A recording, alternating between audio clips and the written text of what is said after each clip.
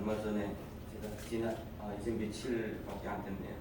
그 백령도 갔다 왔습니다. 제 고향이 황해남도거든요. 백령도가 원래 옹진군, 인천 옹진군. 원래 이건 틀린 말이에요. 황해도 옹진군입니다 원래. 근데 지금 백령도가 한국에서 지금 통제하기 때문에 인천 옹진군으로 지금 이렇게 쓰고 있어요. 그 가보니까 그 밑반찬 올라오는 거 이렇게 보니까 아 여기가 황해도구나 이게 변하지를 않았더라고요. 보니까 까나리를 많이 드시잖아요.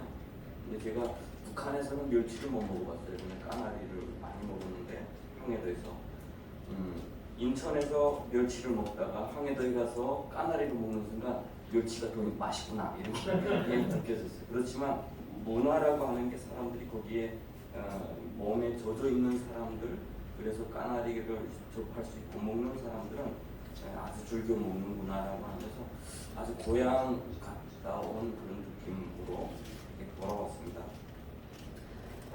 지금 당장 이제 추석도 되고 가을이니까 고향에 대한 그리움도 있고 다들 특별히 우리 탈북민들은 그런데 좀 일이 빨리 됐으면 좋겠다라는 그런 생각을 하고요.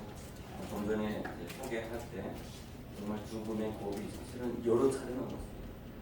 여러 차례 넘었는데 아마도 이 자리에 더 많은 우리 중국에서 예수 믿고 또는 북한에서 예수 믿었던 사람들이 살아있었습니다. 지금 이 자리에서 북한 광자도 하고 말씀 전하고 이런 사람들이 사실은 더 많았을 거예요. 그런데 많은 분들이 정말 정치권 정치 끌려가고 또 순교당하고 그런 분들이 참 많아요. 지금 9월 오늘이 3일인데 제가 2012년 9월 6일날 하나원에서 나왔습니다. 하나원에서 나왔는데 그때 제 몸무게가 미달이었어요. 미달. 이제 그 10년 군방 감옥생활 하고 나오다 보니까 아주 그냥 가는 데마다 그냥 저보고 아버님이라고 이렇게 막 그래서 처음에는 충격받았죠. 왜 이 사람들을 나보고 아버님이라고 그러지? 그러다가 스스로 이해하기를 남한 사람들은 무명한 사람들이니까 처음 보는 남자는 다 아버님이라고 부르나 보다 이렇게 스스로 그 위안을 삼다가 그 다음에 2013년도 학교에 들어갔어요. 청신대학교에. 저는 북한에서 3년제 대학을 나왔거든요. 그러니까 여기서 3학년 편입이 가능한데 대신에 그 학점은 인정을 안 해줘요. 학력은 인정해서 3학년 들어오라. 그렇지만 학점은 96학점을 들어야 그래서 방학에도 6학점씩 계속 이렇게 해야 되는데 어쨌든 그때 학교 들어가서 그 청신대학교 1층에 보면 큰 엘리베이터가 큰데 거기 탁 타고 6층 강의실에 올라갈 때 내 모습이 진짜 보이더라고요. 그 같은 젊은 그 청년 학생들하고 내 모습을 보니까 아 내가 확실히 아버님이구나라는 그게 생기고 청신대학교에도 아주 유명한 교수님이 있어요. 김지찬 교수님이라고 아주 정신에서도 유명하고 뭐 한국교에서도 유명하신 분인데 그분이 마침 그 대학원에서 학부로 강의를 하기 위해서 과목이 있었어요. 다들 좋다고 하니까 한 70명이 듣는 과목이에요. 쫙 듣고 제가 좀 앞자리에 앉아서 이제 수업을 듣고 있는데 한참 수업하다 저보고 나이가 어떻게 되시나요? 30대 말, 40대 말, 50대 말? 막 이러는 거예요. 30대 말입니다 했더니 그때는 30대 말이었어요 제가 30대 말입니다 했더니 그런데 왜 그렇게 늙었어? 고생 많이 했어? 나같이 와우 있는데 마음이 상하더라고요. 왜냐면 제가 감옥에 들어갈 때 나이가 27이었습니다. 그리고 들어가면 장기수 감옥에 들어가다 보니까 중국 감옥은 머리를 빡빡 깎아요. 머리를 빡빡 깎고 15일에 한 번씩 깎습니다. 그리고 그러다 보니까 뭐 매일 보는 사람들 얼굴 보고 하다 보니까 내 모습이 어떤 모습인지도 몰라요. 내 모습인지도 모르고 항상 뭐 그 거울에 비치는 거울이 그 창문에 비치는 그 모습 통해서 바라보기도 하고 처음에 머리 깎은 모습을 제가 어떻게 봤냐면 미역국 국물 안에서 내가 봤어요. 감옥에서 처음 머리 깎고 나서 이게 안 보이거든요. 보일 데가 없어요. 미역국을 주는데 미역국을 딱 보는 순간 머리 깎은 모습이 이렇게 쭉 보이더라고요. 그렇게 10년을 살다가 나의 어떤 뭐 전제 무슨 뭐 모습 이거 생각할 바도 없고 오직 북한에 끌려나가는 어떤 그런 문제만 항상 긴장하고 있다가 대한민국에 와보니까 이 시간이 이렇게 많이 흘렀구나 라고 하는 것 때문에 엄청 그 마음이 좀 충격을 받은 적도 있어요. 그리고 나니까 제가 한국에 오니까 우리 선교사님이 소개를 또 이렇게 많이 시켜줬어요. 그 자매들. 근데 다 택방 맞았어요. 다 택방 이게 뭐 어쨌든 그때 내 모습 스스로 내 보니까 야 만나지 말았어야 되는데 내 이 모습으로 만나는 게 그분들한테는 참 모독이 됐겠다 이런 그 어쨌든 살이 다 빠지고 그 머리도 살이 다 빠지니까 이게 머리도 꼬불꼬불해지고 엄청나게 그렇게 됐었거든요.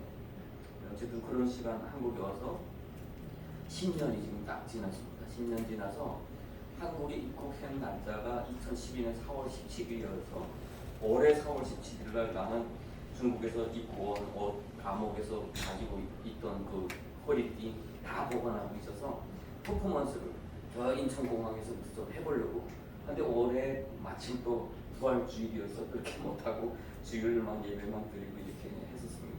그런데 지금 쭉 시간을 돌이켜 보니까 우리가 얼마나 폐쇄적인 곳에서 살아왔고 또 우리 북한 주민들의 삶이 그곳에서 벗어나서 중국이라고 하는 곳에 와서도 그렇게 얼마나 자유가 없었나라고 하는 그런 것들이 조금 더 깊이 느껴지는 것 같아요.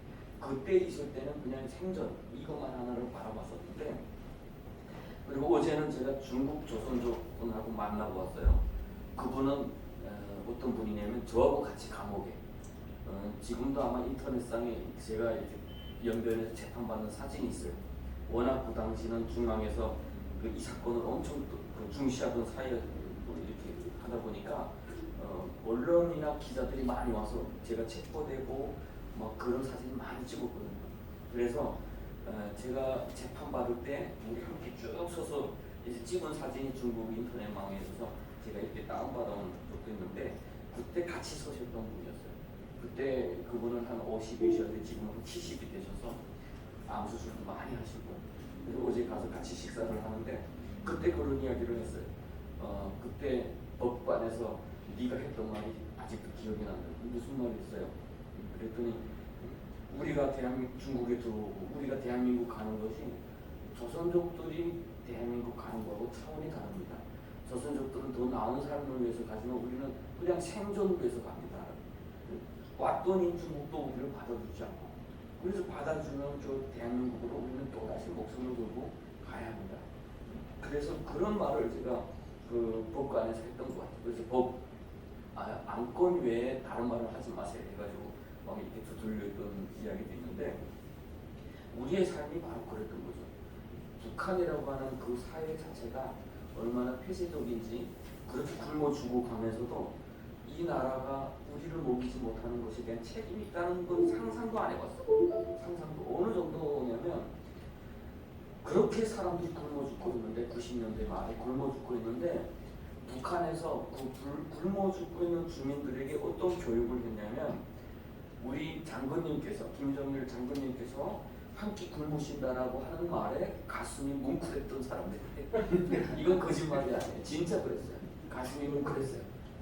우리 장군님도 굶으신다고 뭐 이러면서 그리고 굶어 죽어서 내가 탈북해야지 결심하는 가운데 가장 큰 그 문제가 뭐였냐면 내가 나를 배반하는 것이 아닌가, 내가 당과 수령을 버리는 것이 아닌가, 이것이 가책이 됐던 사람이었어요. 그 정도로 북한 주민들 세뇌시키는데 성공을 한 나라예요. 그 성공한 나라. 여러분 북한 군인들이 이제 그 세뇌된 상태에서 우리가 마주서서 볼 때에 그들은 지금 굶어 죽고 있어요. 그러면서 나는 수령을 위해서 목숨 바쳐 싸웁니다라고 할 때에 넌 죽을 놈이라고 말할 것이 아니라 불쌍히 여길 줄 알아요. 왜냐하면 이 사람들은 선악을 분별할 줄도 몰라요. 오직 그렇게 교육을 받아왔어요.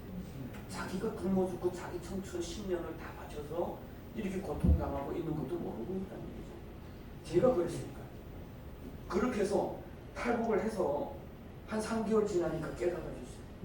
그때는 야 이게 내가 뭔가 잘못됐구나라고 하는 것을 깨닫고 점차 시간이 지나면서 중국과 그 북한 비교를 하면서 스스로 알게 됐어요. 아 우리가 속았구나. 그때는 우리 모든 것을 다 바쳐서 복수하고 싶은 생각이에요. 사람은요 그런 그 중국에 그런 책이 있었어요. 그 신문 기사가 그때는 아마 좀 지성인이 좀 중국 공산당을 향해서 쓴 그런 글이었어요. 지금은 시진핑 시대에 그런 글조차 쓸 수가 없어요.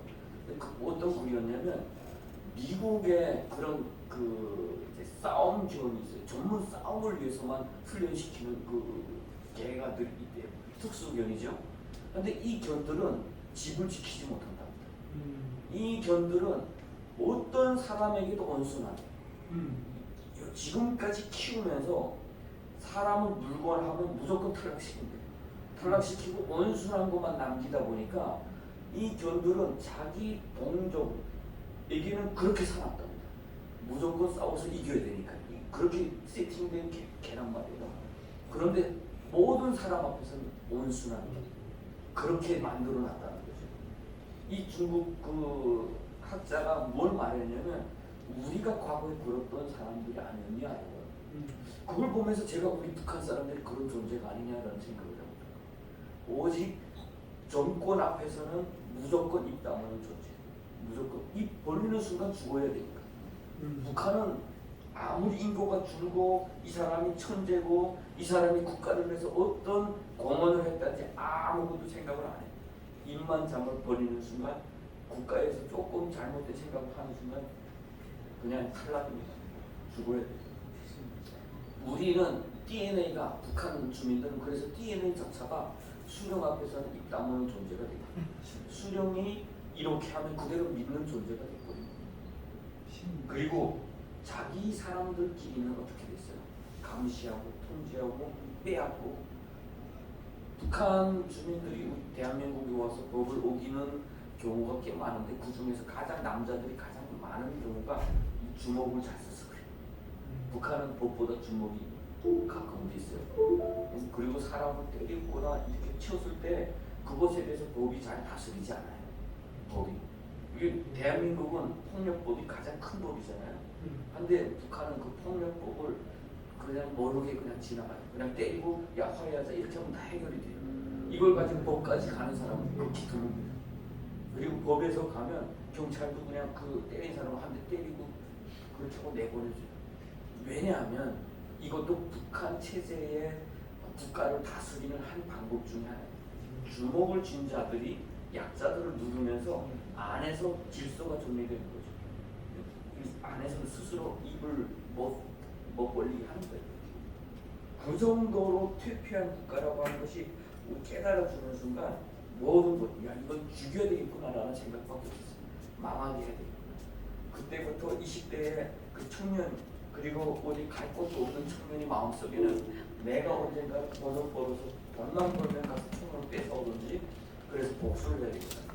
그렇게 함께했던 여러 명의 청년들하고 같이 공장에 가서 일을 하면서 공안형을 쫓겨다니면서 그 힘든 시간들을 보냈던 것 같아요. 우리 이런 가운데 우리가 북한의 미래를 한번 생각해 볼 수가 있는 부분이 뭐냐면요. 북한이 앞으로 수령이 갑자기 꺾였다라고 생각할 때에 북한 주민들이 어느 날 갑자기 이 모든 것은 다 우리가 그 속고 있었다라고 하는 것을 깨닫는 순간 여러분 북한 주민들의 그 큰 상처를 치유할 수 있는 것이 무엇일까요? 무엇일까요? 어떻게 보면 제도나 좋은 환경이나 오히려 민주주의라고 하는 것이 오히려 그 사람들에게는 도움이 될 수 있어요. 자유, 내가 이제부터 모든 것이 깨달아졌어요. 그러면 그 사람들은 나는 누군가를 해쳐야만 해결되는 증오심이 있어요. 그거는 누구를 해치지 않기 전에는 끝이 없습니다. 갑자기 북한 주민들은 한번 깨달아 보세요. 아니 평양시가 원래 우리가 함께 사는 땅이었는데 왜 그 사람들만 특별히 좋은 곳에서 살았지? 우리는 뭐야? 이걸 깨닫는 순간 평양 시민들은 지금 북한 주민들 중에서 가장 토대가 나쁜 사람들이 겪었던 고통을 되갚아 주려고 수많은 사람들이 평양 시민들에게 돌을 던질 수도 있습니다. 그리고 보위부 간부 뭐 누구 그런 사람들은 무조건 처형하고 싶어서 북한은 그렇게 많거든요. 정치범 수용소에 끌려가 있는 사람들도 있고요. 그리고 그 부모들이 뭐 잘못했다고 해서 상공에 가서 지금 평생을 그렇게 사는 사람들도 많아요. 그래서 제가 감옥에 있을 때 어떤 친구가 있었어요. 어떤 친구냐면 북한에서 국경경비대가 총을 가지고 탈북을 했던 사람. 이게 워낙 그 위에서 상부에서 자기를 너무 괴롭히고 하니까 뭐 그 당시는 그 몰래 이렇게 사람들 보내놓게 되면 그래서 그 병사들은 몰래 그 돈을 받아야 돼요. 한 200원씩 주는 돈. 이제는 한 10여 년 전이죠. 그러면 간부들은 그걸 모르는 것처럼 한 번 잡아서 그걸 또 다 뺏어내고. 그러니까 이 병사가 화가 나니까 총을 가진 채로 탈북을 했어요. 그런데 총만 가지고 탈북을 하면요. 북한에서 군인 한 명이 총을 가지고 탈북했다라고 하면 중국의 일반 공안이 움직이는 것이 아니라 중국의 안춘지라고 하는 그것이 움직여요. 그것이 뭐냐면 여기 국정원. 그러면 며칠 안에 다 잡아버립니다. 중국은 모든 수사력이 최고의 그 수준을 가지고 있어요. 그래서 우리가 탈북했을 때 누군가가 권총 경찰을 때려눕히고 권총을 가지고 도망쳤는데 어느 그 당시에 교회에 전도원, 여기는 전도사라고 하는데 거기는 전도원이라고 그러죠. 그 집에서 자고 있는데 경찰들이 밤에 와가지고 그 집을 다 포위했어요. 포위하고 그 이제 모래 주머니를 다 이게 챙겨가지고 이 친구가 또 특수부대라고 하니까 이 창문에다 모래 주머니를 다 쌓아놓고 그리고 경찰. 그래서 그 사람만 딱 잡아가요. 그러니까 일반 공안이 뜨면 우리 탈북자를 다 잡는데 이런 사람들만 뜨면 총을 가진 사람만 딱 잡아서 총만 제거하면 돼요. 중국은 이 총기에 대해서 엄청나게 민감하거든요. 그런데 이 군인이 총을 가지고 쏘다 보니까 거기서 막 총격전도 벌어지고 이렇게 해서 이 친구가 체포됐어요. 그래서 총을 거기서 이렇게 쏘고 뭐 이렇게 하다 보니까 사람은 상한 것 같지는 않은데 이 사람은 판결을 받았어요. 6년인가 이렇게 받았어요. 그런데 이 사람은 뭐예요? 북한에 돌아가면 죽을 사람. 무조건 총을 가지고 있으니까. 그런데 이 사람은 그 6년은 최대한 내가 여기서 살아야 되겠다 생각하고 작정하고 거기서 조용히 살면 점수가 쌓이고 감형이 될 수 있어요. 그러니까 이 친구는 거기서 가형을 받기 위해서 문 조금 이렇게 풀어놓으면 눈에 거슬리는 사람은 그냥 갖다 때리는 거예요. 자기 감형을 시키지 말라. 그러면 우리가 항상 이 친구를 보면 여기에 있다가 또 여기서 처벌을 받고 저기로 가고 어느 순간에 보면 또 다른 데 가 있어요. 항상 줄 서서 일하러 나갈 때 보면 제일 뒤에 서서 수시하고 족쇄 차고 그러거든요. 그러면서 이 친구가 이 마음속에서 했던 이야기가 뭐냐면 우리한테 했던 이야기가 저 김정일이 빨리 죽어야 되는데 저놈은 그 만약 죽었다 해도 자기는 무조건 가서 그 시신이라도 태워서 간이라도 먹어야 되겠다. 이 군인으로서 이제는 감옥에 들어서 자기가 속고 살아온 걸 알았는데 단순히 증오를 가지고 탈북했는데 와서 보니까 이것을 바꾼 거예요. 그러니까 그때부터 그 자기 청년 10년의 청년 다 바친 거. 그것도 부족해서 또 위에서부터 박해를 받고 또 자기는 이렇게 감옥에서 인간 아닌 삶을 산다라고 하는 그것 때문에 그냥 복수만 생각하고 살았어요. 그러면 앞으로 북한이 열리면 그때는 정말 마법상자가 열리는 겁니다. 그러면 그때부터는 저 사회를 치유할 수 있는 건 아무것도 없어요. 아무것도 없어요. 돈도 자유도 민주주의도 좋은 환경도 아무것도 아니다. 우리가 그 사담 후세인 죽은 자리를 한번 가보세요. 이라크. 거기서 IS가 가장 활동을 많이 했고 가장 그 폭력적인 더 악한 놈들이 생긴 그 지역이기도 해요. 이라크, 리비아. 독재가 무너진 자리는 그 주민들이 그 독재가 뿌려낸 씨앗이 더욱더 많은 상처가 만들어지고 또 갈등을 만들어지고 그래서 저는 계속 강조하는 것이 복음 통일만이 답이다라고 이야기합니다. 왜 복음 통일이 답일까? 그건 제가 경험했던 처음 23살에 막 이렇게 쫓겨서 숨어 다니고 있을 때 어떤 분들이 와서 저보고 공부하러 가자. 넌 공부 북한에서도 공부했으니까 여기서 공부해야 되지 않겠냐 해서 따라가는데 가고 보니까 나는 학교인 줄 알았어요. 가고 보니까 학교가 아니에요. 선교사님이 방 3칸짜리 새 집을 맡아가지고 거기서 탈북민 한 5-6명 앉혀놓고 성경만 가르치는 것을 밖에서 이런데 말하면 안 되잖아요. 정보가 되니까 암호로 말했던 것이 학교였던 거예요.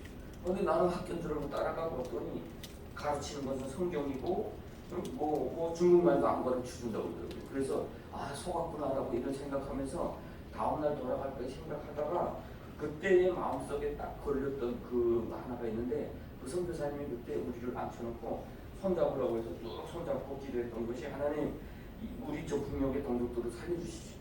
이런 기도가 제 마음속에 확 걸렸더라고요. 교회가 저 나라를 살릴 수 있다고 정말 생각도 못 해본 거예요.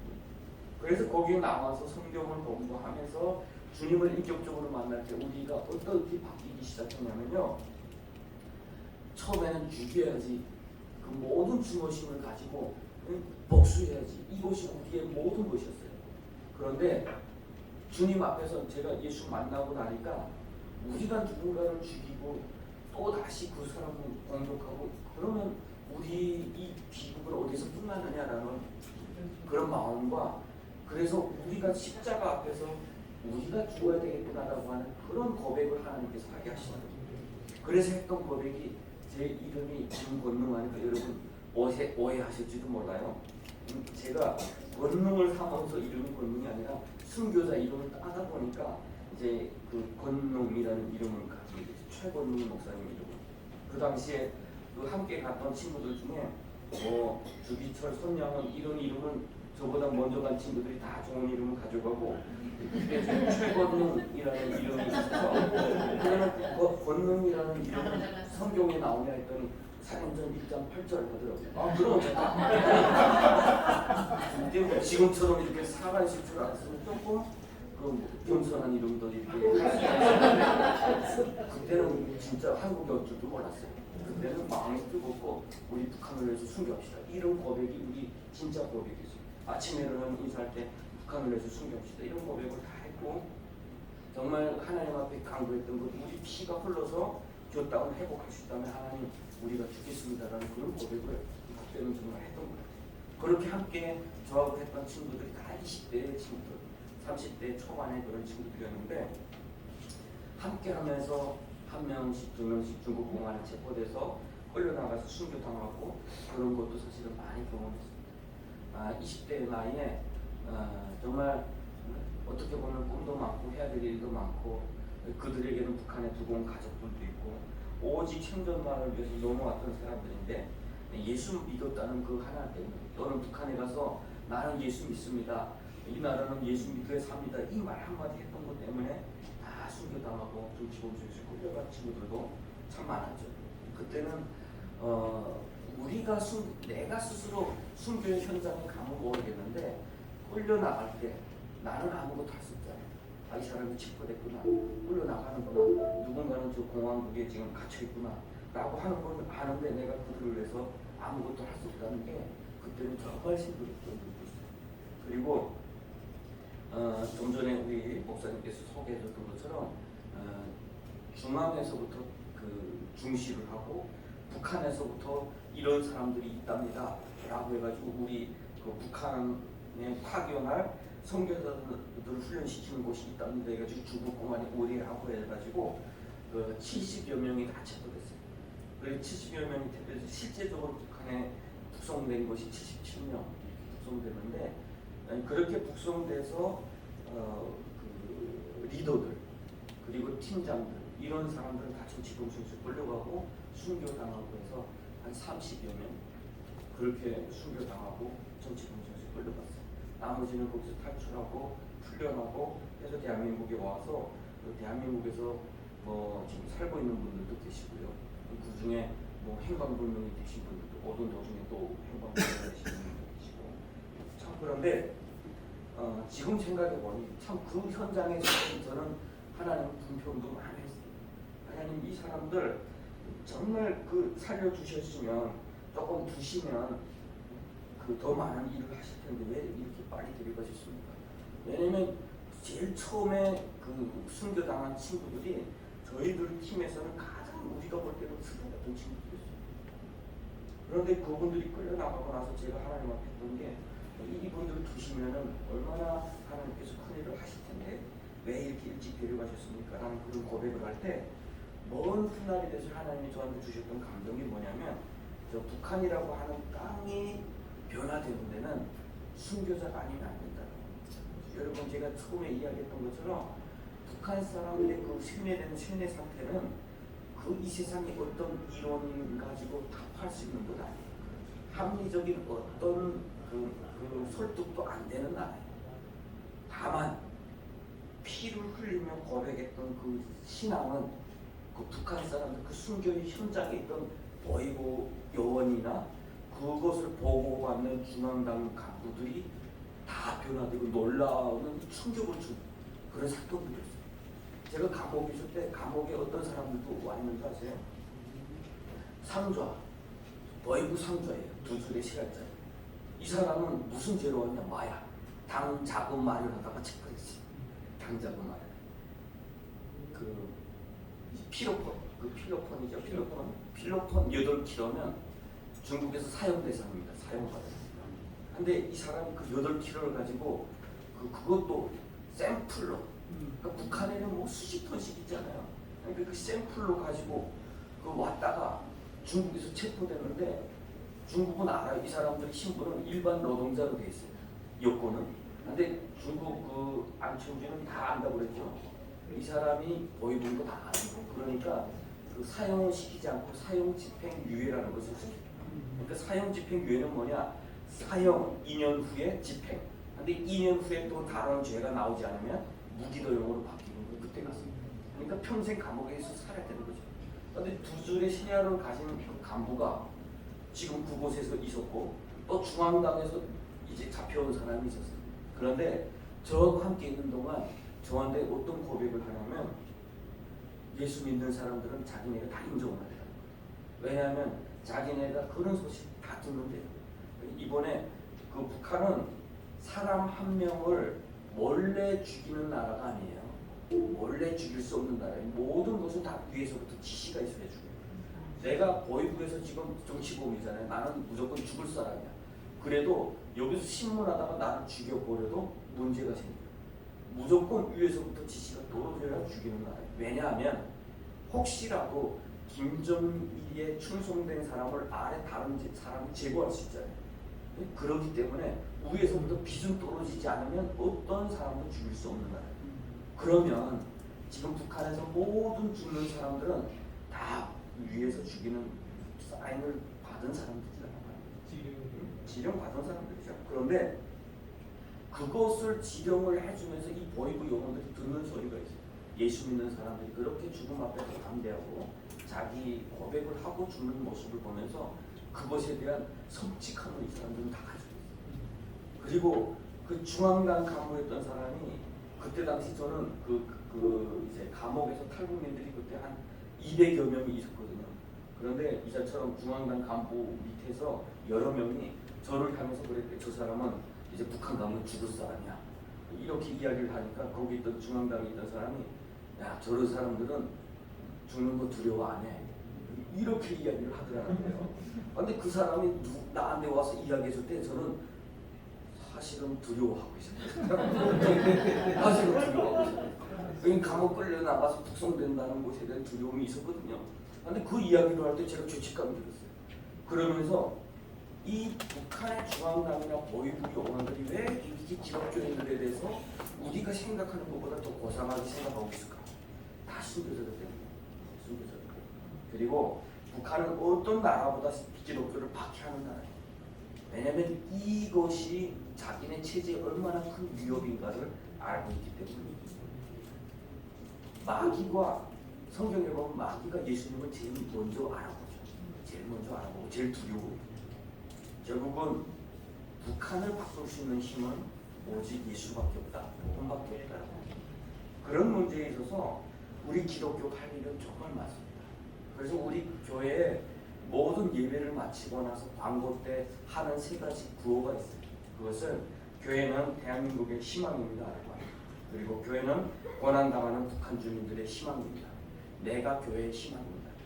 저는 그것을 현장에서 그것을 깨달았기 때문에 내가 지금 예수님 앞에 있다면 내가 지금 그 하나님의 그 백성이라고 여기고 있다면 우리는 좀 긍지를 가지고 또 앞으로 북한의 미래가 우리 손에 있다는 것을 알았으면 좋겠어요. 왜냐하면 교회가 무너지는 순간 북한은요 엄청나게 그 증오심 가운데 내전이 일어나고 그 안에서 살육이 일어나고 그것이 대한민국까지 올 수도 있어요. 대한민국도 만만치 않잖아요. 그래서 복음만이 답이다라고 합니다. 그것이 제가 중국 땅에서 예수 믿고 나서 했던 그래서 북한은 예수가 필요한 나라고 그래서 북한은 순교자의 피가 흐르고 있구나라고 하는 것을 그때 깨달았던 거죠. 그리고 사실 저는 2001년도에 그 사람들 수많은 사람들이 체포될 때 제가 간발의 차이로 그 자리를 비켜갔어요. 그 막 체포될 때 그 참 저도 성격이 저 사람들이 체포됐다고 나한테 사인을 보내왔어요. 어떻게 사인을 보내주는 줄 아세요? 여러분 앞으로 선교사 활동을 하려면 요거는 꼭 알고 있어야 되는 거예요. 내가 잡혔습니다 라는 순간 큰일 나죠. 나는 더욱 고통당하게 돼요. 알려줬기 때문에 나는 그 고문 돈 받아야 돼. 그럴 때는 어떻게 해야 되냐면 이 사람하고 나하고 알고 있는데 다른 소리를 하는 거예요. 그러니까 나는 지금 멀리 있는 줄 아는데 나한테 전화할 때 어디 있어? 내가 어디 갈 테니까 거기 볼까? 이렇게 이야기해. 그럼 내가 거기 없는데 이 사람이 나 거기 없는 거 아는데 이렇게 이야기를 하잖아요. 그러면 잡혔구나 이렇게 하는 거예요. 그 친구가 나한테다가 체포됐다고 지금 여기에 나도 그 자리에 있다가 금방 일을 보겠다고 나간 후에 공안이 덮친 거지.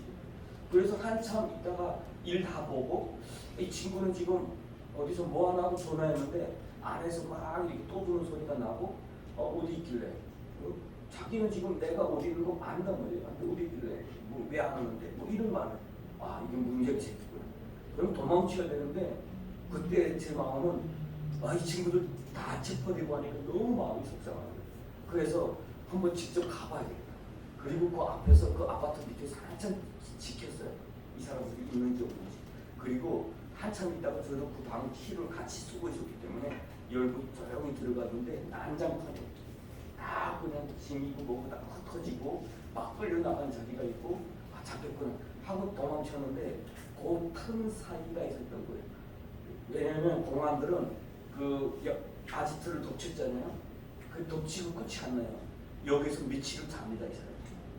이 아지트를 찾아올 수 있는 사람들이기 때문에 그렇게 해서 또 많이 잡아요. 그런데 제가 다 체포해가지고 끌고 갔다가 그 다른 사람들 짐 싸가지고 여기서 먹고 살기 위해서 오기 전 그 틈에 제가 들어갔던 거예요. 그래서 거기서 나와서 이제는 여기서 도망칠 데가 없구나.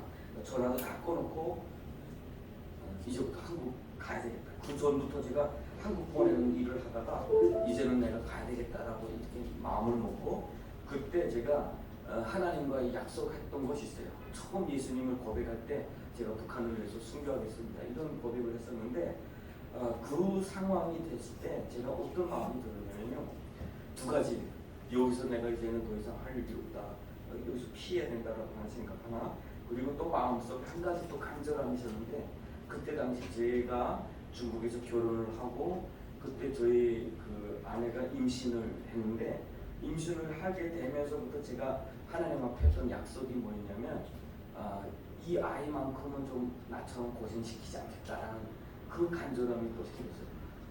그래서 그렇게 하기 위해서는 이 아이가 고향도 대한민국으로 좀 만들고 주고 싶다.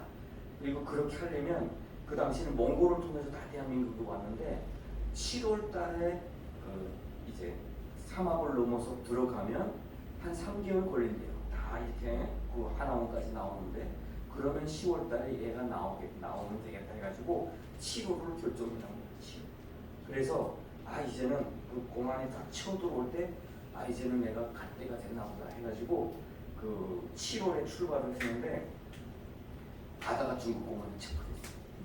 체포돼서 그 강제적으로 북송되고 저하고 함께 했던 팀은 제가 하루 먼저 가다 보니까 저하고 저희 아내가 체포돼서 북송되고 뒤에 오는 5명은 사막으로 제가 체포된 거 아니까 좀 당황하니까 사막으로 들어갔는데 좀 더 깊이 들어가다 보니까 몽골 땅까지 깊이 잘 들어가면 갔는데 길을 잊어버린 거죠.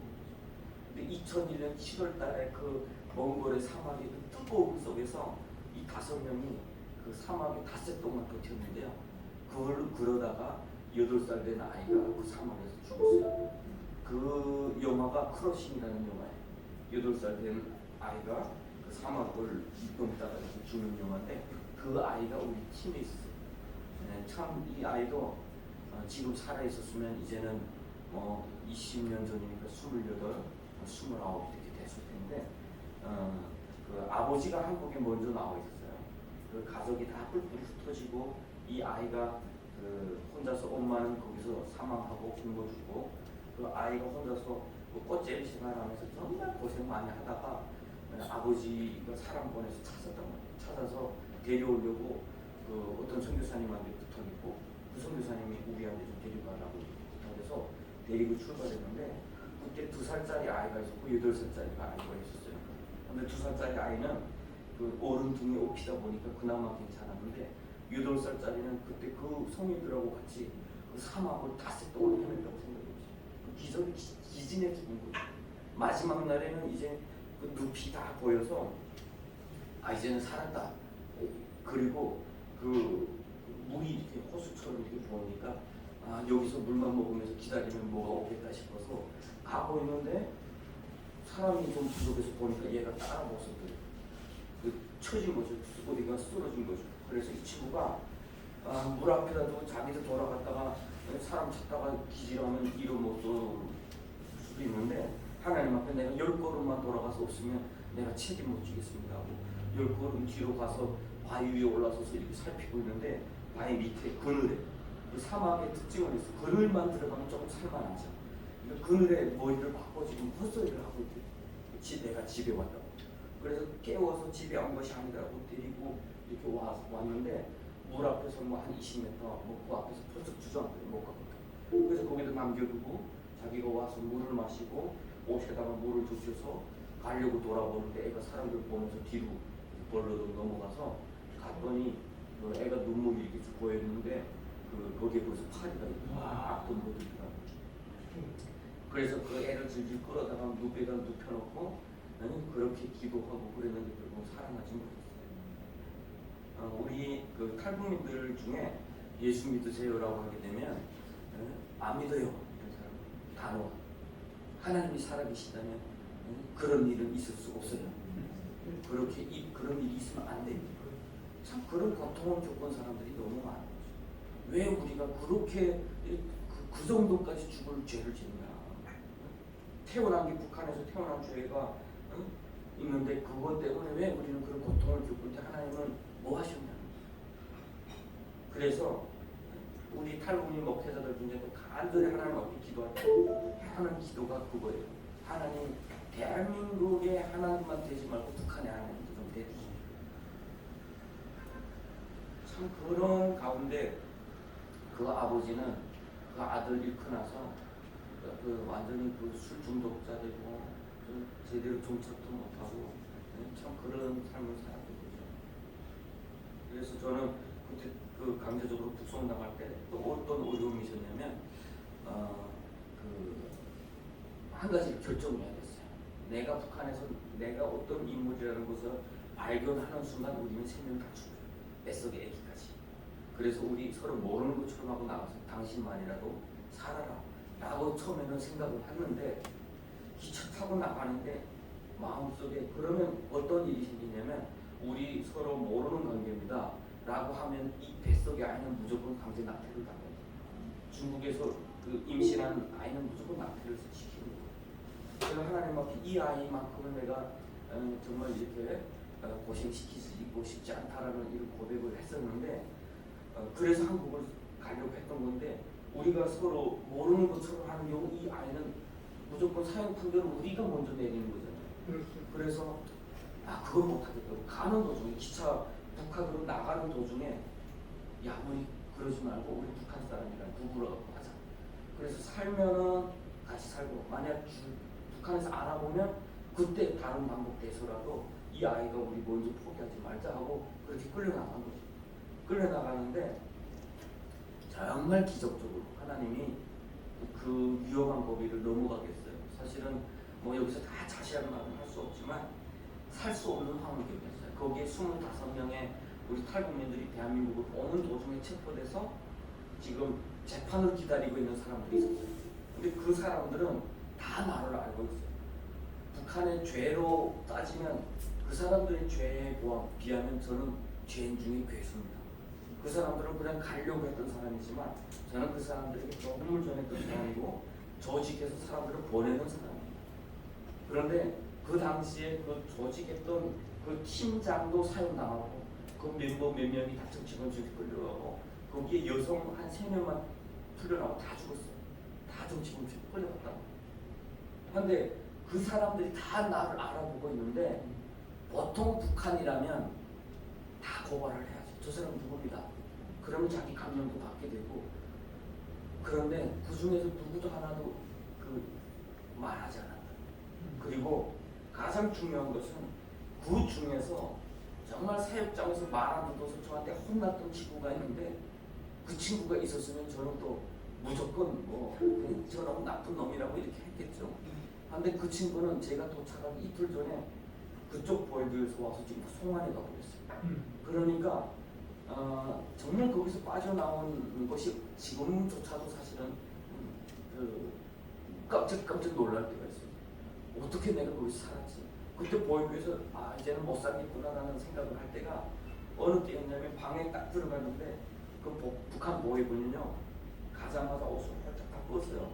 뭐 돈 감추고 있느냐, 팬티까지 벗어놓고 그 틈새 다 보여. 그 돈을 감추고 있는지. 여성들도 홀딱 껴놓고 앉았다 일어났는데 한다잖아요. 뭐 안에다 몸 안에다 감추고 빠지라고. 그렇게 하는데 그리고 옷을 다 입히고 그 이제 이거 뭐 허리띠 다 뽑아서 그 바지 다 벗겨놓고 그래 내복바람에 이렇게 해서 그 뒤를 보내요. 나올 때 보니까 그 바지 혼선이 다 뜯어놨어요. 거기 혹시 뭘 감췄나? 돈 감췄으면 자기네군. 그리고 지금 내복바람으로 이렇게 들어갔는데 그 딱 들어가서 이제부터 취조실 그 깜방이 있는 데부터 시작해서는 제가 이렇게 서서 걸을 수가 없습니다. 딱 90도 허리를 꺾어서 그 안으로 들여다보지 못하게. 그리고 허리를 꺾고 가서 자기 깜방 문 앞에 딱 서면은 깜방 문도 그냥 이렇게 문 열고 들어갈 수가 없어요. 높이가 이렇게 돼요. 그러면 기어서 이렇게 높이가 또 아니면 기어서 불처럼 들어가야 되거든요. 그리고 여기에 이제 감시창이고 여기에 이제 문이 있는 거죠. 그런데 문을 탁 열어서 기어서 이렇게 들어가는데 안에 있던 사람들이 다 두 손 들고 다 허리를 꼭 그리고 지금 있어요. 두 손바닥을 다 땅에다 대고. 그리고 문을 촥 하고 다시 잠그니까 허리를 쫙 펴면서 다 나를 돌아보는데 어떤 사람이 안나. 다 아는 사람. 다 사역장에서 알고 있던 사람이고, 뭐 워낙 연면 지역에서 제가 활동을 많이 하고 탈북민도 구출하고 하다 보니까 다 아는 사람. 그 3명이에요. 그러니까 그때 무슨 생각이었냐면 이 3명만 나를 고발하지 않으면 나는 여기서 벗어날 수 있겠다. 다른 방에 있는 사람들 다 머리 숙이고 다니니까 여기에 누가 있는 건 모르거든요. 그런데 어떤 일이 있었냐면 그 7월 27일 날에 제가 아직까지 기억이 생생하게 들어갔는데 7월 28일 날에 그 해가 쨍쨍 났어요. 그랬더니 오후쯤 돼서 거기는 곰팡이가 끼고 그 물도 함부로 먹을 수가 없어요. 물이 쫄쫄쫄쫄 나오는데 그 물은 어떤 물이냐면 그 화장실 보고 거기다 불하는 물이에요. 그 논밭에 물을 그대로 끌어오기 때문에 감탕물이거든요. 그걸 그 한번 저보고 칫솔질 하겠냐? 칫솔도 다 같이 나눠 쓰거든요. 칫솔 때 끊어진 거 요 앞에 이 하나 있어요. 방에 다 나눴어요. 다 나눴습니다. 그거라도 이게 똑똑하니까 소금이 어느 정도 한 덩어리 있어요. 그래서 거기다 두고 나보고 하래. 그걸 샜죠. 자 해놓고 그 물로 양치질을 했는데 하루 종일 이 안에서 감탄 냄새. 아우 차라리 안 하는 게 나을 것 같아. 근데 그 강탄 논밭에 그 디젤 쏟아내고 이게 그 논밭에 그 자동차가 다니고 그다음에 뭐 김매는 기계가 다니고 하면서 기름 쏟아져서 기름내 강탄내 그 농약내 그게 그 다 있는 거예요. 근데 거기에 어떤 친구는 그 물 먹고 그 설사 만나서 죽은 사람도 있어요. 거기서. 그런데 그 정도 이제 물이고 물 먹을 때는 어떻게 해야 되냐? 정말 목이 말라서 땀이 줄줄 주려고 햇빛이 안 들어오니까 그냥 곰팡이 내시 나고 그럴 때 물 먹고 싶으면 손 들고 선생님 메이토 누구 물을 먹을 수 있도록 배려해 줄 수 있습니까?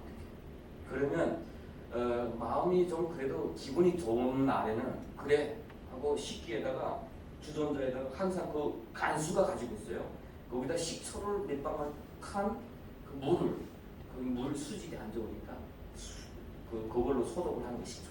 그래서 주는 거죠. 이렇게 해서 먹는데 화장실 볼 때도 선생님 몇번 이제 화장실이라는 말 쓰면 안 돼. 뭐 소변 대변 볼 수 있도록 이렇게 배려해 줄 수 있습니까? 어떤 때는 그냥 가서 봐도 모르는 것처럼 할 때 있지만 어떤 때는 소변 볼 수 있도록 배려해 줄 수 있습니까? 하면 기분 나쁘면 야 이 개새끼들아 내가 너희 똥오줌 싸는 것도 관리해야 돼? 이런 친구가 있고 어떨 때는 그냥 봤다고 또 와서 여기 와. 이 감시창이 있다고 그랬죠. 얼굴 대면 때리는 거 이렇게. 그리고 손 내버려. 손 내버려 막 비틀고 안에서.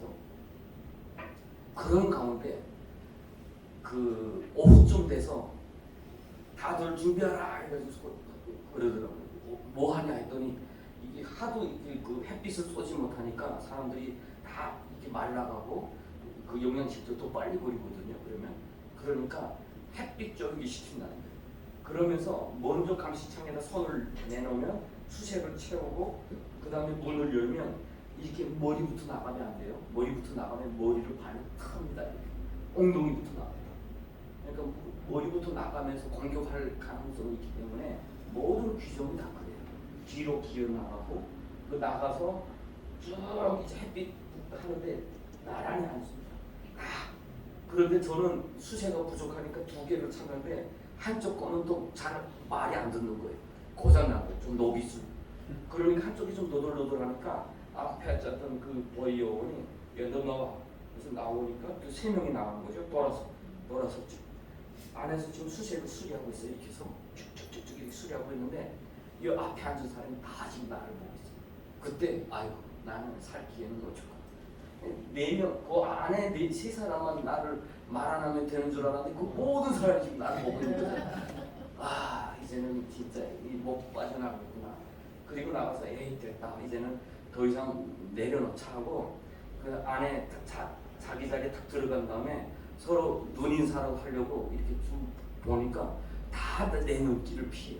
서로 지금 시험을 뽑아주고 있어요. 이렇게 쫙 뽑아주고 있어요. 뽑아주면서 나하고는 누구도 말 안 하는 거예요. 이제 어떤 친구를 딱 바라봤는데 그 친구가 순교자였는데 훗날에 순교했는데 딱 바라봤는데 나하고 이쪽 사선에서 딱 보면서 자기 시험 뽑으면서 이렇게 보지 말라는 거예요. 왜냐? 훗날에 누군가 고발했어요. 너희는 다 혼나요. 그렇기 때문에 서로 모르는 것처럼 하고 있어요. 서로 얼굴을 안 보여요.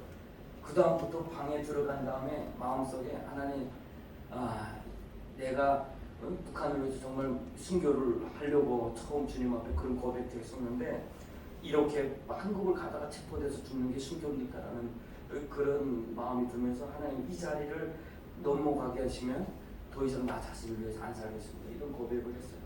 그런데 한 이틀 있다가 갑자기 저 이런 짐을 가지고 나갔더니 정말 기적적으로 4일 만에 보육에서 벗어난 거예요. 근데 그렇게 벗어나서 배 뚱뚱한 아내도 같이 벗어나서 이제는 됐구나. 우리 부부간이니까 이제 낙태를 안 시키구나 했는데 그때부터 시작입니다. 보이부에서는 우리가 한국 가려는 사람이냐 그리고 한국 사람들로부터 어떤 기독교 훈련을 받았냐 이것만 걸러내는 거죠.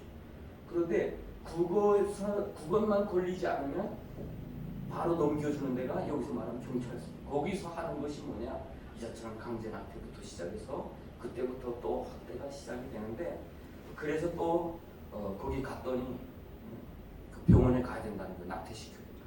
아니 우리 부부간입니다. 북한에서부터 부부간입니다 라고 했더니 안 된다는 거예요. 너희가 불법적으로 가서 만났기 때문에 너희들 허락해줘야 결국은 너희 또 탈북할 거 아니냐. 그러면서 거기에 이미 그 임신 3개월 된 그 자매가 있었고 저희 아내가 있어 8개월이 됐어요 이제는. 그런데 어느 날 갑자기 병원에 갔다가 오는 거 보니까 백둥둥해서 그냥 오는 거예요. 그래서 뭐 위험하니까 안 되나 보다 해가지고 어떻게 된 거야 했더니 주사를 맞고 온 거예요. 배에다가 기주사 바늘에 약물을 집어넣고 와서 다음날 낮 11시에 가서 아기를 낳기로 했다. 그렇게 가서 아기를 낳는데 강제적으로 이렇게 이제 낙태를 했는데 8개월이다 보니까 아들이고 그리고 태어나서 울다가 죽었다고 하더라고요. 그래서 그날도 이제 멀리서 소나기가 다 쏟아지는데 경찰 우산을 쓰고 그리고 두 여자 비 홀딱 맞고 병원 갔다 이렇게 오는 모습을 보는데 옷이 갑자기 이상해요. 옷이 막 농촌 아줌마 옷처럼 막 이런 옷 입고 와서 일할 때 중국 농촌에 일하시던 분들 입는 그런 옷을 입고 와서 아니 당신 옷이 아니지 않냐 했더니 뭐라고 하냐면 그 옆에다 옷을 벗어놓고 자기는 고통스러우니까 뭔지 몰랐는데 깨나 보니까 옷도 다 잊어버려. 그런 사회 북한이다. 정말 그 충격이었죠. 그리고 나서 정말 그 속탈이 나가지고 거기서 금방 애기 낳고 나니까 시라지 국에다가 생기름을 이렇게 넣어주더래요.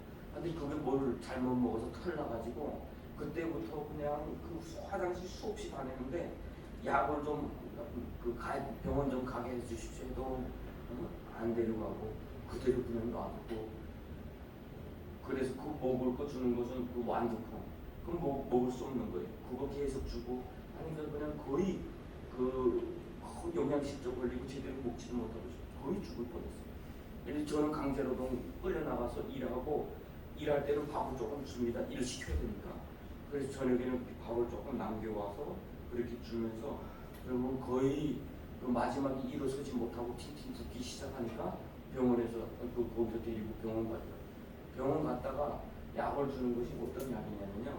북한이 사정이 어느 정도냐면 풀을 가뤄내서 알약을 만든 그것이 북한에서 주는 약이었어요. 그래도 그거 먹고 나서 멈췄어요.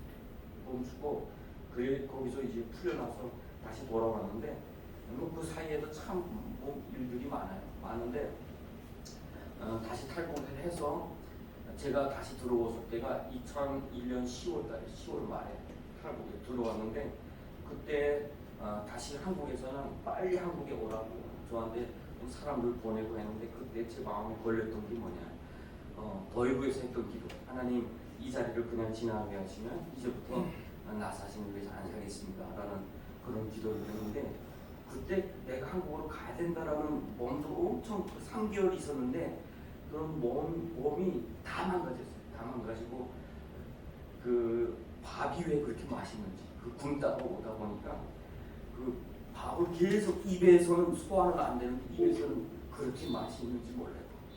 우리가 맵기 먹는 밥 있잖아요. 그 밥. 북한 주민들이 먹으면 그 밥 반찬이 하나도 필요 없어요. 진짜 배고플 때는 반찬이 필요 없어요.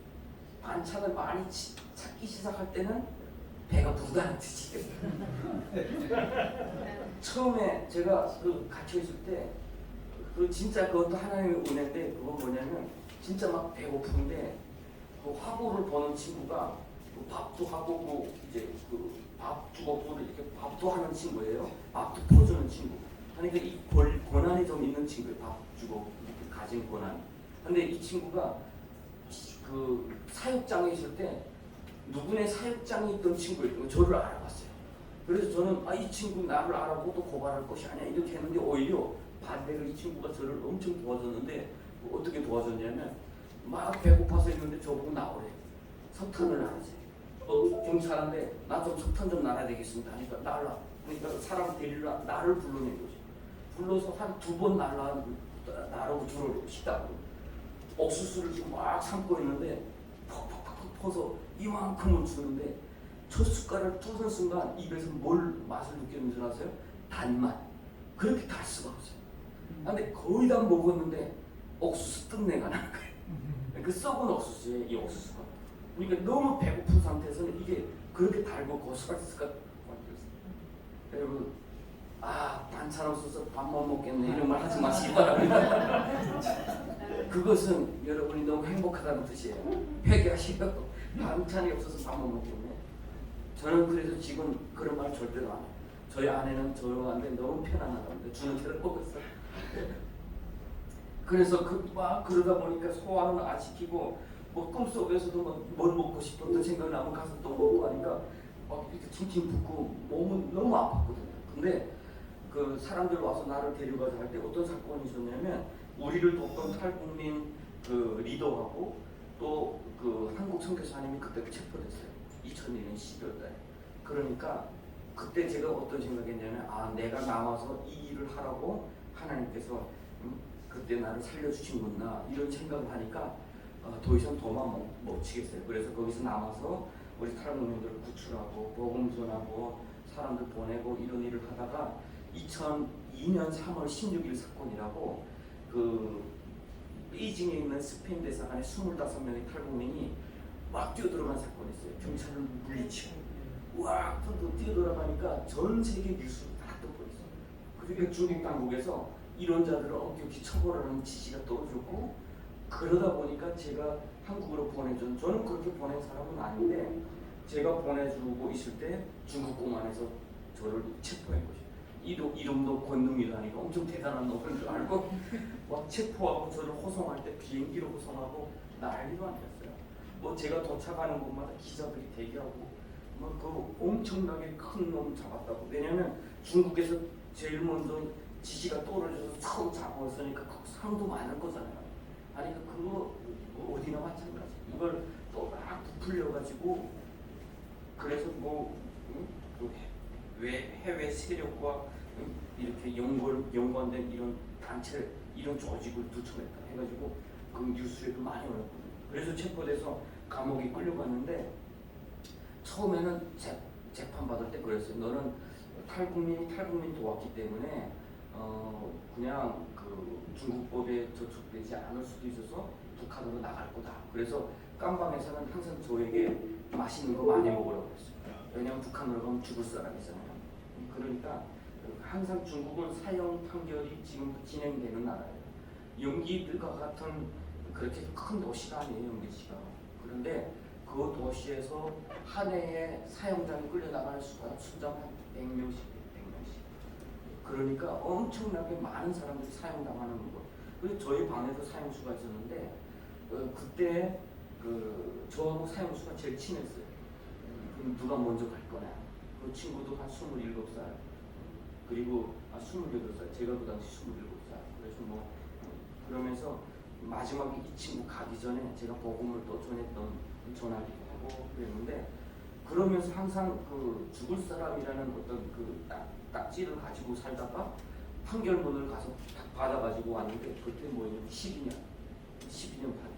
그 깜빡 착 열고 들어오니까 어떻게 되냐 해서 12년 했더니 와 하고 박수를 받았어요. 거기 한 20명 되는 그 수감자들한테. 왜냐면 살았다는 소리. 북한에 가면 죽을 사람 최소한 감옥에서 10년 살 수 있잖아요.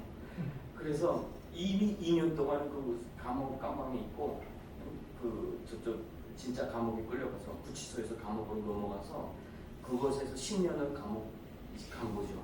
그러면 처음에 감옥에 갔더니 얼마 받고 왔느냐 해서 10년 했더니 아유 놀러 왔네 그러더라고. 그래서 알고 봤더니 거기는 다 사형집행유예 무기도 이런 사람들이 오는 데다 보니까 상대적으로 10년은 놀러 온 거예요. 그리고 그러는 거 빨리 지나간다. 근심하지 말을 빨리 지나. 근데 저한테는 빨리 지나간다는 말이 좋은 말인지 나쁜 말인지도 모르겠어요. 왜냐하면 감옥에 들어가면 얼마 남았냐라고 물어보는데 저는 얼마 남았냐가 없어요.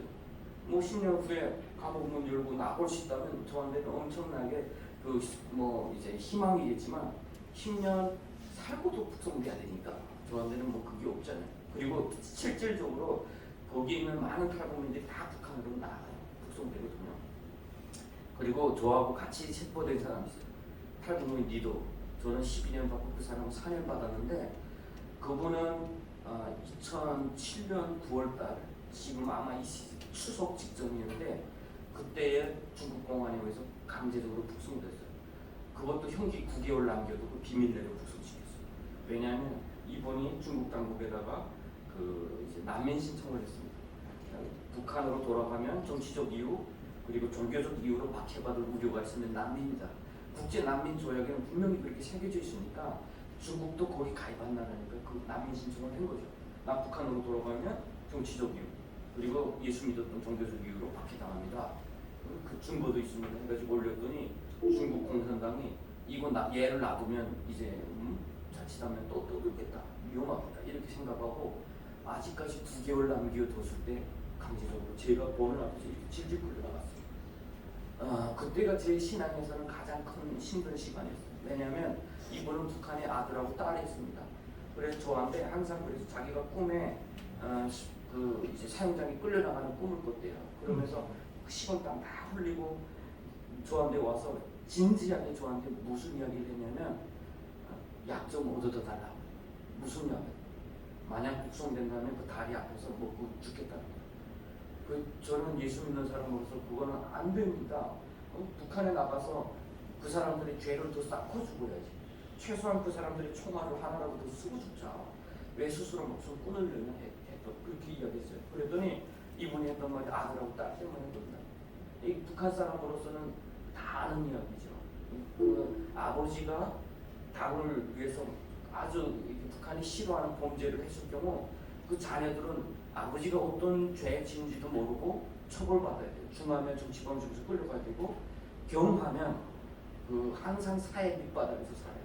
그 딸 같은 경우는 뭐 누구한테 시집 갔다가 그 가족이 이 가문이 문제가 있다 해가지고 이혼할 사유도 돼요. 왜냐면 그 다음 세대까지 문제가 되거든요. 그러니까 남자의 입장에서 이 여자하고 같이 살 때 그 다음번에 태어난 애들도 또 권심이에요. 엄마가 토대가 걸리거든요. 북한에서 살아난 사람 치고 이걸 모르는 사람이 없어요. 그러니까 이분이 저한테 그런 이야기를 했죠. 근데 제가 그때 할 말이 없었어요. 그래서 제가 했던 말이 하나님을 믿읍시다. 하나님 믿고 우리 내가 하나님이 나를 데려가시면 좋고 내 목숨을 걸고 내가 이 선생을 위해서 기도할 테니까 이 선생은 살아날 겁니다. 우리 기도합시다. 라고 했는데 그때 끌려나가는 모습에 제가 완전히 멘붕된 거죠. 왜 기적은 일어나지 않는 거냐? 왜 하나님은 일하시지 않는 거냐? 이 사람은 죽으면 안 되는 사람이고 이 사람뿐만 아니라 우리는 순교한다 치고 이 자녀들은 그렇기 때문에 안 되는 거잖아요. 그것 때문에 이분이 그렇게 자기 목숨, 자기 신앙 앞에 하나님 앞에 범진 거 알면서도 자기 자녀들 보호하고 싶어서 그런 선택까지 했었는데 왜 그것을 살려주지 않습니까? 라고 하는 것 때문에 제가 너무 힘들었죠. 그러면서 같이 떠올랐던 것이 뭐냐면 2002년도 월드컵이에요. 월드컵. 제가 깜빡해서 월드컵 보면서 얼마나 응원했는지 몰라요. 막 골 들어가면 제가 몸 밖에 있는지 감옥 안에 있는지 감옥 밖에 있는지 막 머리를 빡빡하고 뭐가 더 타고 막 떠들고 난리도 안 됐어요. 그런데 그때 너무 차이가 많은 거죠. 사람들은 축구 경기를 위해서 저렇게 하나가 되는데 동족이 가까운 곳에서 이렇게 불합리한 학대를 당하고 있는데 너무 조용한 거 있잖아요. 너무 조용한. 이 세계는 너무 조용해요. 우리는 마치 그것을 위해서 태어난 사람처럼 그렇게 죽어가고 있는데 그것 때문에 도대체 내가 그런 생각을 하나님 도대체 살아계시나? 하나님 살아계시나? 우리가 뭔가 잘못 착각한 거 아닌가? 차라리 북한을 향해서 돌이라도 던지고 죽는 것이 나올 걸 막 이런 생각을 하면서 너무 고통스러운 시간 보내던 적이 있어요. 제가 지금도 찬양 가운데 예수의 왕이여 이곳에 오셔서 우리 예배 때 임내성인데 왕이신 주님께서 그 자리에 계신다라고 하는 것이 우리에게 얼마나 큰 위로가 되고 힘이 되는지 모르겠어요. 그 고난 가운데 있을 때 그 자리에 하나님이 안 계시는 걸 처음 보여요. 하나님 어디 계십니까? 그래서 정말 깊은 고통 가운데 마음속에 증오심을 품고 산다는 거죠. 하나님이 왜 우리에게 증오를 내려놓고 살라고 하는 것을 철저하게 깨달은 게 그 시간이었던 것 같아요. 감옥은 힘든데 마음에 증오심까지 품고 사니까 숨조차 쉴 수가 없어요. 세상은 낙한합니다. 그럴 때 하나님이 정말 저를 위로했는데, 저도 모르는 사람, 중국의 어떤 곳에서 집에서 예배하던 한 목회자가 저에게 찾아와서 편지를 두고 갔어요. 고모다라고 하면서. 근데 그 고모가 아니에요. 저한테는 그런 고모가 없는 거 아니까 편지를 받는 순간, 아, 이거 예수 믿는 사람이겠다 하고 주소를 남긴 데다가 편지를 쓰고 오고 가고 하면서 그때 받았던 위로, 편지에 담겨 있는 어떤 그런 사랑, 그리고 그 관심, 그런 것들이 그 가운데서 엄청나게 감옥에서 위로가 됩니다. 지금도 그 편지는 저에게 가장 큰 보배처럼 이렇게 보관하고 있는데, 저를 찾아온 분이 어떻게 찾아오게 됐냐면요, 저 뉴욕에 계시는 장로님 한 분이 뉴스나 뭐 이런 곳에서 제 이야기를 잠깐 들었대요. 탈북민 한 사람이 뭐 자기 동족 구하려다가 이제 감옥 갔다, 이런 소식을 이렇게 뭐 조그만 어떤 그런 뉴스나 이런 데서 들었다는 거예요. 그런데 기도원에 가서 기도를 하고 있는데 하나님이 너희가 옥에 갇힐 때 나를 돌아보지 않았다는 말씀이 그렇게 방망이처럼 그를 때리시죠. 그래서 자기가 수십 년 동안 중국 다니면서 교회를 개척한 열매가 있어요. 그분에게 전화해서 무조건 이 사람 찾으라. 근데 중국의 그 넓은 감옥에, 그 많은 감옥에서 어디가 찾겠습니까? 처음에는 못 찾는다 했더니 그 장로님이 못 찾으면 너하고 나하고 관계는 여기서 끝이다라고 하니까 그분이 그때부터 수소문해서 탈북민들은 어느 감옥에 간다더라. 그러면 그 감옥에 누구 찾아서 찾아간 거예요. 찾아서 친척이라고 하니까 친척이면 증명 내놓으라. 그 증명 없잖아요. 그러니까 그냥 아는 사람에게 쪽지 편지를 써서 보내는 거죠. 친척. 그때부터 편지를 계속 오고 가고 하면서 나오기 직전까지 하나님이 정말 엘리야가 로뎀나무 밑에서 이제는 죽어도 좋습니다라고 할 때에 천사를 보냈던 그것을 제가 감옥에서 경험을 했죠. 사실 하나님의 그 일이라고 하는 것은 거대한 가운데 있는 것이 아니라 나에게 주시는 소소한 가운데, 그 소소한 그 감동에 충성하고 순종하는 가운데 하나님은 큰 일도 하시다라고 하는 것 좀 기억해 주셨으면 좋겠어요. 우리 주변에도 그렇게 힘든 사람들 많을 거예요. 언젠가 그 마음을 감동을 받을 때 여러분 마음의 문을 열고 그에게 좋은 메시지 한 구절이라도 보내줘도 하나님은 큰 일을 하실 겁니다. 제가 거기서 그 때가 돼서 이제는 감명을 다 받고, 뭐 그 사이에도 무슨 일이 많았지만 감명 다 받고 나서 2011년 12월 19일이 제 형기 만기가 됐습니다. 그래서 그날이 북송되는 날이었는데 2011년 12월 18일 날에 마지막 주의를 보내고 있었는데 경찰들이 저를 데리고 갑자기 초벌밤에 내려가서 옷을 홀딱 벗기고 또 다시 수세 독세 다 치워서 19일 날 새벽에, 원래는 20일 날 나가야 되는데 하루 앞당겨서 또 저를 강제적으로 북송시켜, 비밀로. 그래서 북중도시 도문까지 갔는데, 그때 아까 우리 목사님 설명해 주신 김정일 사망했다는 보도를 그때 나옵니다. 그때 또 다시 누가 또 등장했냐면 10년 전에 저를 체포해가지고 조사했던 사람인데, 그 사람이 저를 처음에 체포하고 처음에는 막 때리고 했던 사람이에요. 그런데 마지막에 와서 저를 종교한대요. 그래서 저는 저를 놀리는 줄 알았어요. 그래서 왜 그러냐 했더니 뭐 너도 한국 먼저 갈 수 있는데 남아서 자기 동족 살리겠다고 영웅이 되고 싶으냐라고 하면서, 그래서 네 그 했던 것에 대해서 자기는 존경한다고 그러면서 혹시 네가 10년 감옥 가고 내가 10년 여기서 승진한다면 너 도와줄지도 모르겠는데, 근데 이거는 기적이죠. 그럴 수는 없고 그때 당시 10년 감옥 갈 수도 나는 그것도 없었고, 그런데 어떻게 하나님 그 소리를 들었나 봐요. 그 사람은 그 자리에서 10년 승진했고 저는 어떻게 10년 감옥 생활하고 거기에서 또 기적처럼 만났어요. 그런데 그 사람이 저를 도와주고 정말 적극적으로 도와주고, 제가 풀려져서 나와서 처음 만났어요. 불렀어요. 같이 식사를 하면서 고맙다고 했더니 아니네, 너는 살롬이라. 만약에 내가 너를 돕겠다는 마음은 있지만 자기가 부하, 자기 말을 정말 잘 듣는 아무 사람이나 쓰면 훗날에 걸리면 다 자기 줄줄이 걸릴 거잖아요. 그러니까 자기가 진짜 이렇게 믿고 쓰는 사람이 그때 무슨 회의가 있거나 안건이 있어서 자리를 비우면 너를 도와주고 싶어도 못 도와준다. 근데 그날은 너를 위해서 모든 것이 다 줄 맞춰서 있는 것처럼 다 자리에 있었고 김종일이까지 그날 죽었다.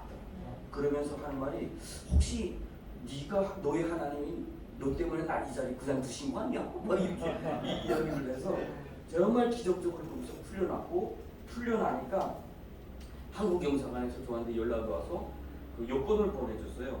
임시 여권을.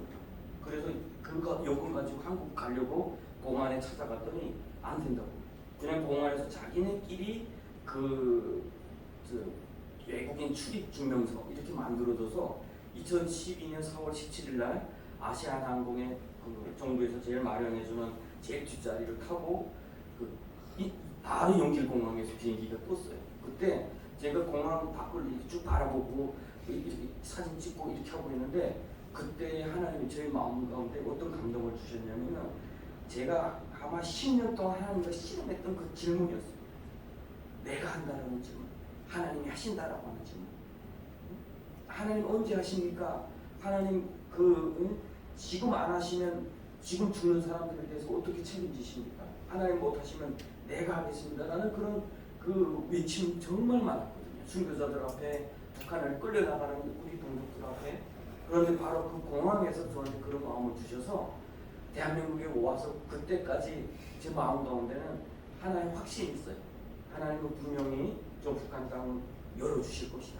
근데 그 때가 어디에 멀리 있는 것이 아니라 바로 우리가 준비할 때인 거예요. 우리가 준비하고 우리 대한민국에 지금 3만 5천 명, 3만 4천 몇 명의 우리 탈북민들이 살고 있는데 우리가 북한 기독교 총연합에서 지금까지 우리 예수 믿는 사람들이 몇 명인가라고 해서 이렇게 그 추산을 해보면 10%도 안 돼요. 7% 될까 말까요. 이것은 너무 낮은 수치거든요. 이 수치를 가지고 북한이 문 열려서 얻어질 거 하나도 없어요. 재앙밖에 없어요. 앞으로 30% 40%까지 올라서야 되고 탈북민 출신 목회자들이 최소한 200명 300명 준비가 되고 그렇게 되면 아마도 하나님께서 저 땅을 여시지 않을까라는 그런 것 때문에 우리가 지금 준비를 하고 있습니다. 북한은 견고한 진 같지만 하나님의 때 앞에서는 다 무너질 거라고 저는 확신을 해요. 제가 그때에 기적이라고 하는 것, 하나님 손에 있다라고 하는 걸 그렇게 깨달은 거예요. 김정일이가 어떻게 그렇게 죽었고 어떻게 그 모든 순간순간들이 저는 아직도 꿈을 꿔요. 감옥에서 석방됐는데 출구를 찾지 못하는 그런 꿈. 그러면서 정말 하나님께서 이렇게 하신 하나님이 북한을 여시는 것도 순간에 여실 수 있다. 그런데 그때 가서 우리 뭐 할까?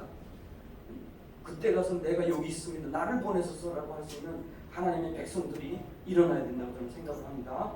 기도하고 마치도록 하겠습니다. 갇힌 자의 탄식을 들으시는 하나님, 죽이기로 정한 자를 해방하시는 하나님, 저 북녘 땅에서 고난 당하는 자들의 탄식을 들으시며 지금도 하나님께서 일하실 그때를 위해서 준비하고 계시는 줄로 믿습니다. 하나님, 그때에 부끄럽지 않도록 하나님 지금 우리가 더욱더 준비하게 하여 주시고 더욱더 기도하게 하여 주시고 그 하나님의 생각과 하나님의 그 뜻과 비전 가운데서 통일을 바라보며 살아가는 우리 모두가 되게 하여 주시옵소서. 정말 북녘이 하나님께서 열 때 그 동족들 앞에 내가 당신들을 위해서 기도했습니다. 내가 당신들을 위해서 준비했습니다. 라고 하면 그들을 품고 함께 울고 웃을 수 있는 우리 모두가 될 수 있도록 하나님 함께하여 주시옵소서. 감사드리며 예수님 이름으로 기도합니다.